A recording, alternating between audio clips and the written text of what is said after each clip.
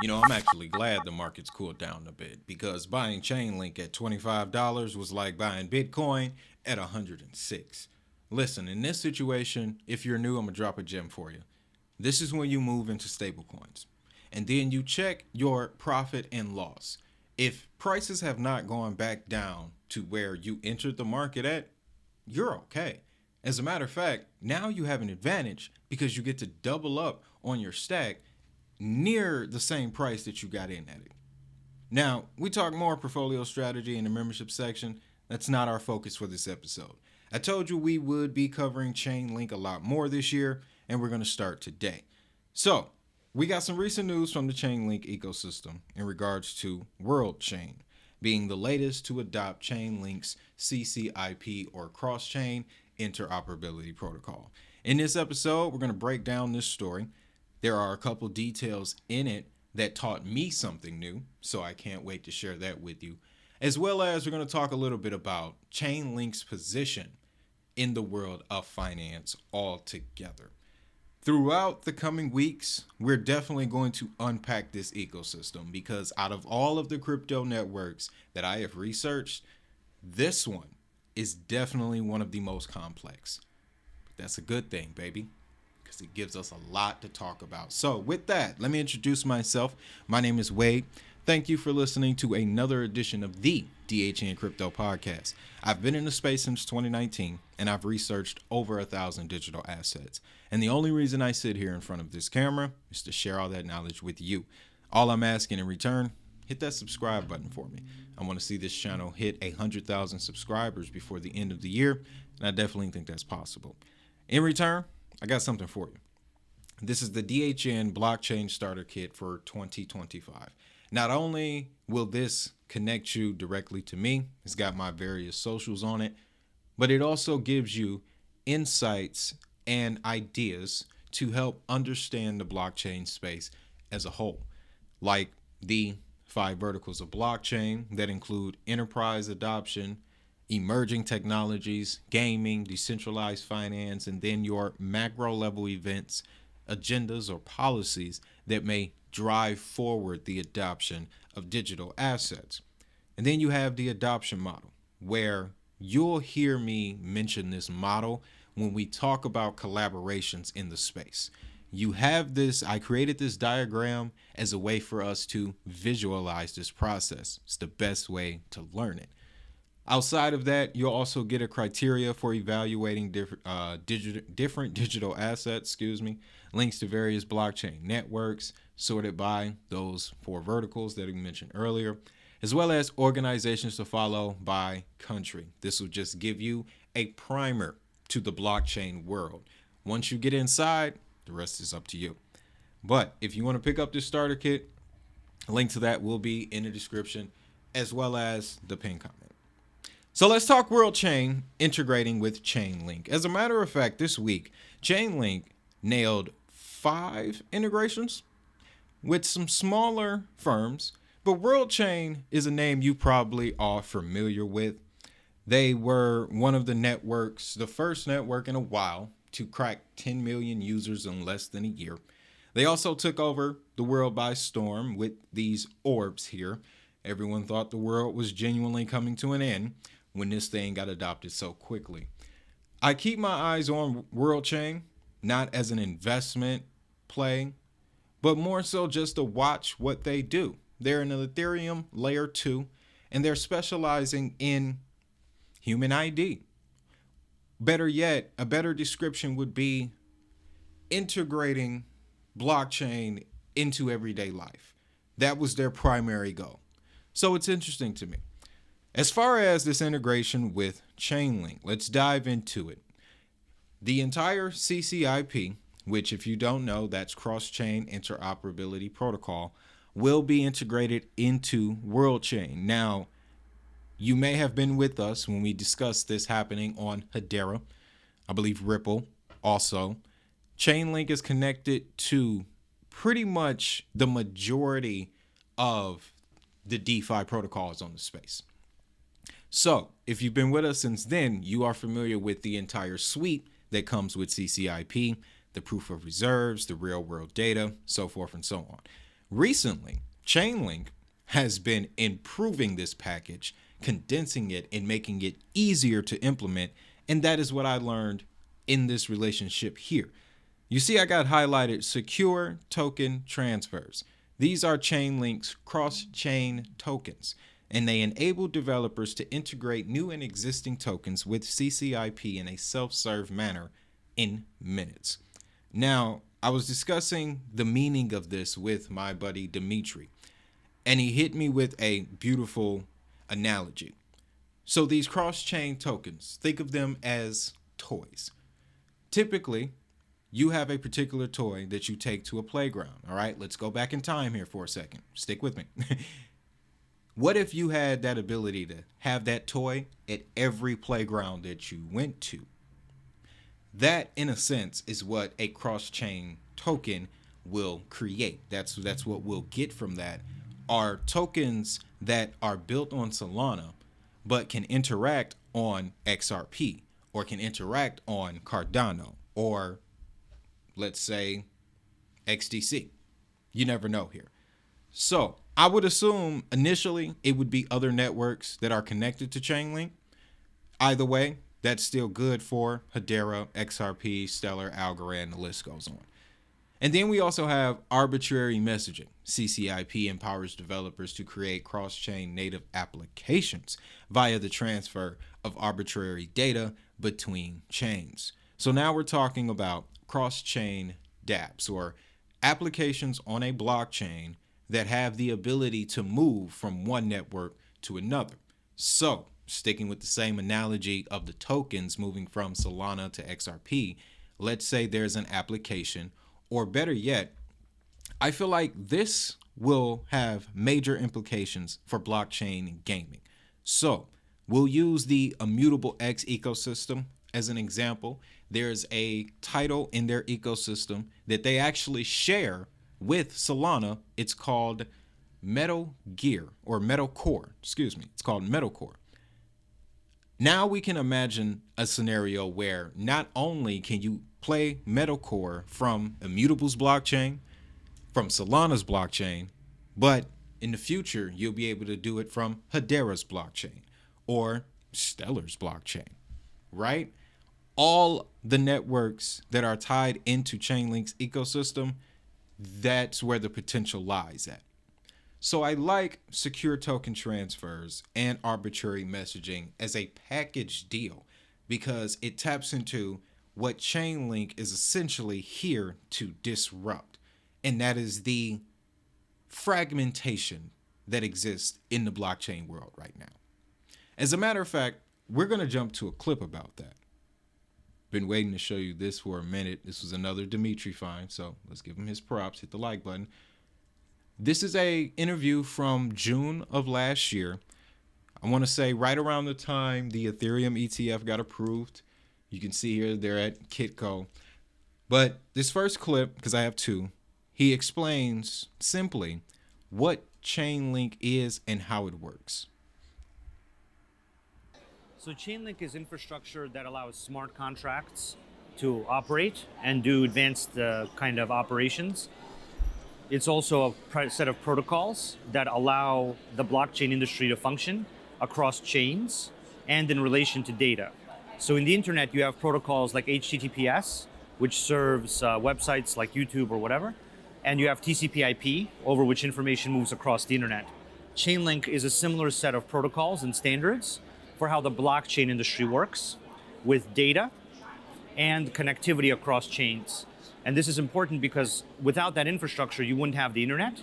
And without Chainlink, you wouldn't have the growth of something called DeFi. And you wouldn't have a secure way to connect across multiple chains to form what we call the Internet of Contracts.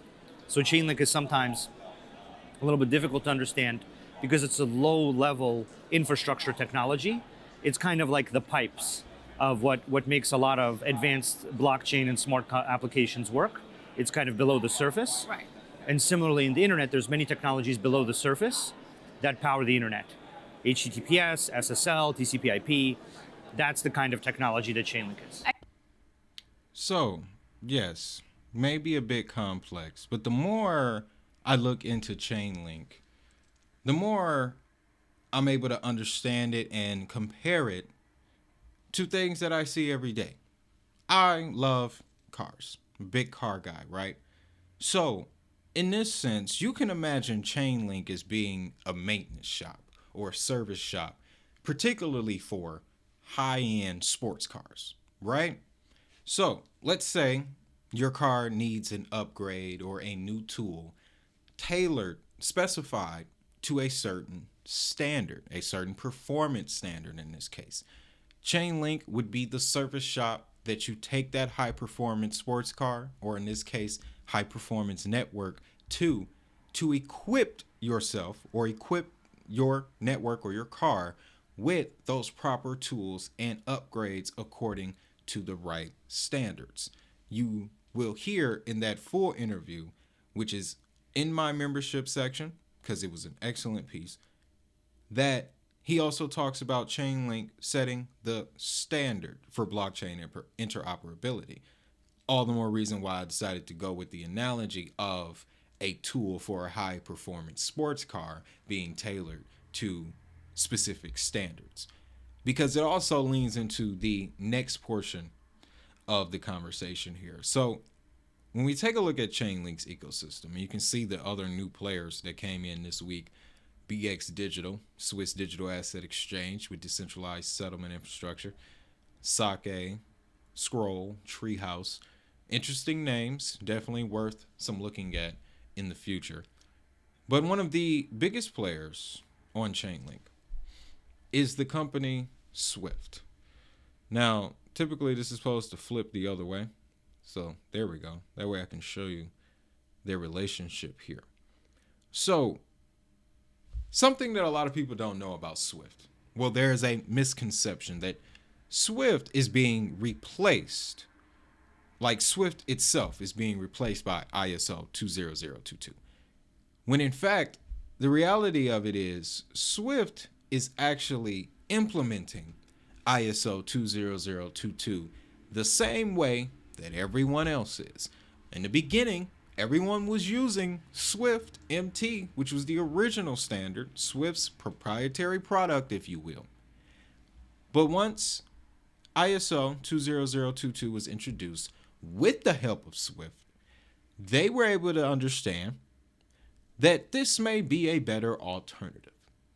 Now, the reason I bring that up is because, for one, I want to show you the timeline here. Swift began its migration to ISO 20022 in March of 2023 and will have a coexistence period with the old MT messages until November of 2025. We're in 2025 now, ladies and gentlemen. And when you look into ISO across the board, the finalization date to harmonize all of this data under the new messaging standard is in November. So after November, we may not hear this conversation, or it may be, like he said, one of those underlying layers to how blockchain does its business that no one even knows about. But I wanted to highlight that to you because it goes alongside this here. You'll find an article on the Chainlink's blog, which is an extensive library. Man, and it's not just about Chainlink. That's the coolest part about it. You learn so much about other networks. But listed under the 77 plus smart contract use cases enabled by Chainlink, you come across bonds.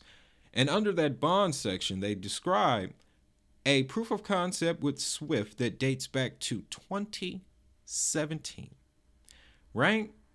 And it allowed using oracles. It allowed to aggregate interest rates from 5 major banks, fetch debt score data from S&P, and generate an interest payment in the form of an ISO 20022 Swift payment message. Now, when you click that little blue area here, it takes you to this PDF, again from 2017. I would assume that this was presented at an event called Sibos. Sibos is a financial conference the likes of Davos, but is way less spoken about. I did not know that Chainlink went this far back. And this was authored by Sergey. We see that on the bottom of the PDF. It was authored by him himself. And you can see here, smart contract securities defined using ISO 20022. So when it comes to the topic of where has Chainlink positioned itself in the world of finance, smack dab in the middle. All the more reason why I confirmed my desire to get involved with Chainlink. I watched Chainlink kind of enter the market and deal with all of the backlash of it trying to replace Ripple and it trying to replace Bitcoin. Was it an ISO coin? Was it not? Was it a rug pull? Why is it moving so slow? Is Chainlink a stable coin? I watched all of that. And it lasted. Okay? That's why they call their community. That's why they are called Link Marines, because they're resilient. Hella resilient. So again, when you're thinking about Chainlink, you really have to understand that through Swift, Chainlink is going to be used to bridge tokenized assets with existing payment systems, or bridge the traditional finance world with the world of blockchain. And on the other end, it's allowing other blockchains to benefit from the world of traditional finance through that real world data.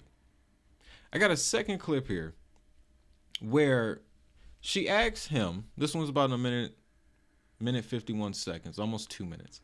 But she asks him, who will be the losers of this transition towards tokenization? And I like how he describes anything that can be turned into a smart contract will be turned into a smart contract. So you have to ask the question, can your job be turned into a smart contract? Or can this service be turned into a smart contract? And if so, well, time to get creative, because you're going to need to find something else to do. Let's take a listen. Yeah, so there's two groups. The first group is anything that can be packaged into a smart contract that some service or system charges a lot of money for. So if your financial service is doing some automated function that you do in your database and servers, and then you charge 0.5% or 0.25% in fees for that. And that can now be written in this technical agent. And this technical agent is so reliable that the chance of its failure is less than your system. And so using your system is both more costly and more risky than this technical agent that's doing some calculation or some transfer or something. And there are parts of the financial services infrastructure that fall into that. And there are other parts that people think fall into that, but actually don't fall into that. And this is where a lot of people are confused about who will be displaced, and that there will be, everyone will be displaced. Everyone will not be displaced. There will be parts of people's financial services infrastructure offerings that are replaced by smart contracts, and there will be parts of what they do that will actually become more valuable in certain ways. Like, for example, providing legal finality. So one answer is the people who create the financial system of the world and how that all works, which is complicated and varies from use case to use case. But basically, the way to think about it, anything that can be turned into a smart contract will be turned into a smart contract. That's the question you should be asking. Can this be turned into a smart contract? Yes. If it's turned into a smart contract, assume it costs less, and assume it's viewed as more reliable than a centralized thing. And then the next question is, why would someone choose this thing over that thing? So Chainlink is... When he puts it that way, it makes me think of a situation that I'm going through with my son. It's a medical situation. It's not nothing drastic or anything, but because of his autism, his diet is different, which means we've had to develop a paper trail, medical paper trail of his dietary habits. We recently got assigned a new insurance company. And for the last 2 to 3 months, it has been a hassle trying to get them to update prescriptions based on his record of dietary history, right? I can only imagine a world where All of his dietary information was on blockchain and has been since its birth. So that way, whenever there's a change in an insurance company or he ages out of a certain program or service, his record of account can be immediately picked up by the new insurance company. You blow that up on a larger scale to welfare programs, cash assistance programs, food assistance programs, home heating credits, things like that. DHS is going to fall in love with blockchain because since 2020, they've already done everything that they can to distance themselves from offices as well as people. It would be way more efficient if all of those services, those financial related services that he talked about, had smart contracts in them. So that way, when you hit a certain criteria or you meet a certain set of qualifications, the benefits automatically turn on. And if you ever don't hit that criteria or qualification, you'll get a letter in the mail, but the benefits already had been cut off. So I think we're creeping closer towards a world like that. Like I said, since the pandemic, everybody has digitized their systems in one way or another. This ISO harmonization will encourage instant payments in everything that we do. The reason I'm adding Chainlink to my portfolio is to get exposure to all of that. RWAs, tokenization, DeFi, gaming, government services, the list truly goes on. And they decided to attach themselves to Swift right from the jump. So I don't think it gets any better than that. With the exception of, I think staking is coming back. It's coming back to the market. So Uphold just announced that UK customers can now start staking again. This is after, folks, Kraken announced the same thing for US customers. There's a pattern forming here. If Kraken did it for the US, I can guarantee you Coinbase is going to follow. And if Coinbase does it, Uphold is going to do it. So you're going to want to get in position. Genuinely, Uphold might do it before Coinbase because Uphold has always been anti-establishment, if you want to call it that, much like Kraken. Makes me interested in hopping over to Kraken, guys, but I'm gonna stick with Uphold because you can see here the staking rates. Definitely be looking into Polkadot. That's a good play. Some Flare. Oh, you guys are lucky you get Flare. I truly hope they bring this back to the States, man. And then if you go over to Kraken, here's what they're offering. Another reason why I'm not jumping right away over, with the exception of Polkadot. A lot of these assets I don't even mess with. You know, not that they're bad or anything. They're not in our conversation. So, with that, I'm gonna remind you, don't forget to pick up your DHN Crypto Starter Kit. It'll help you navigate the crypto space more effectively, and it'll give you a primer to understand everything that comes from it. So with that, that's all I got for this one. Y'all know what time it is. If that money is digital, so is the hustle.